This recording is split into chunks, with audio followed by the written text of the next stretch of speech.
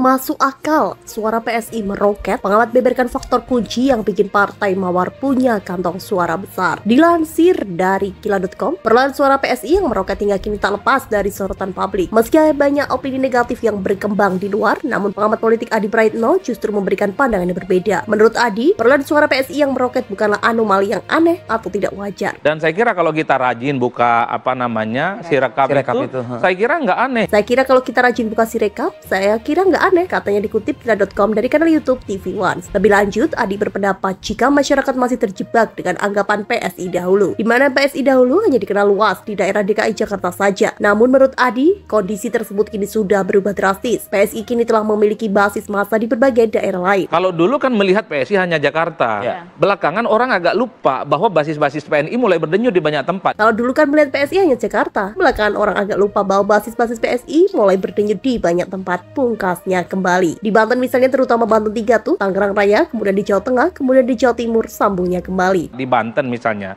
terutama Banten 3 tuh, Tangerang Raya, kemudian di Jawa Tengah, kemudian di Jawa Timur. Belak-belakan, Adi mengatakan jika perlahan suara PSI itu masih wajar, mengingat mereka juga memiliki faktor yang membuat nilai jual mereka menjadi naik di pesta demokrasi kali ini. Apalagi partai berlogo bunga mawar tersebut pergerakannya jauh lebih agresif jika dibandingkan dengan pemilu sebelumnya. Kenapa? Karena memang expose PSI di 2024 ini kan lebih agresif dan lebih masif dibandingkan dengan pemilu-pemilu seterusnya. Kenapa? Karena memang expose PSI di 2024 ini kan lebih agresif dan lebih masif dibanding pemilu sebelumnya. Ungkapnya kembali. Apalagi menurut Adi, faktor PSI dengan jargon-jargonnya bersama Jokowi juga turut menyumbang andil yang besar dalam menggait massa, di mana PSI menyandingkan foto Kaisang dan Jokowi dalam baliho hingga tulisan ajakan untuk memilih partai itu jika masyarakat ingin tegak lurus dengan Jokowi. Terutama ketika ada foto Kaisang dengan Pak Jokowi, yang tegak lurus pada Jokowi, pilihlah PSI. Partai Jokowi adalah PSI.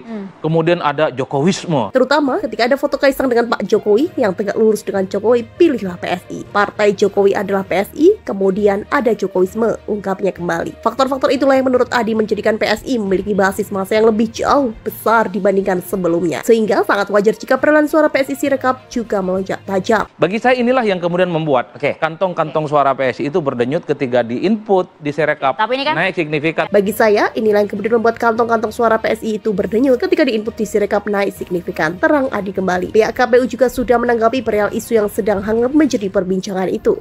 Sama seperti Adi, KPU mengungkapkan jika hasil pemilu akan ditentukan lewat rekapitulasi manual berjenjang.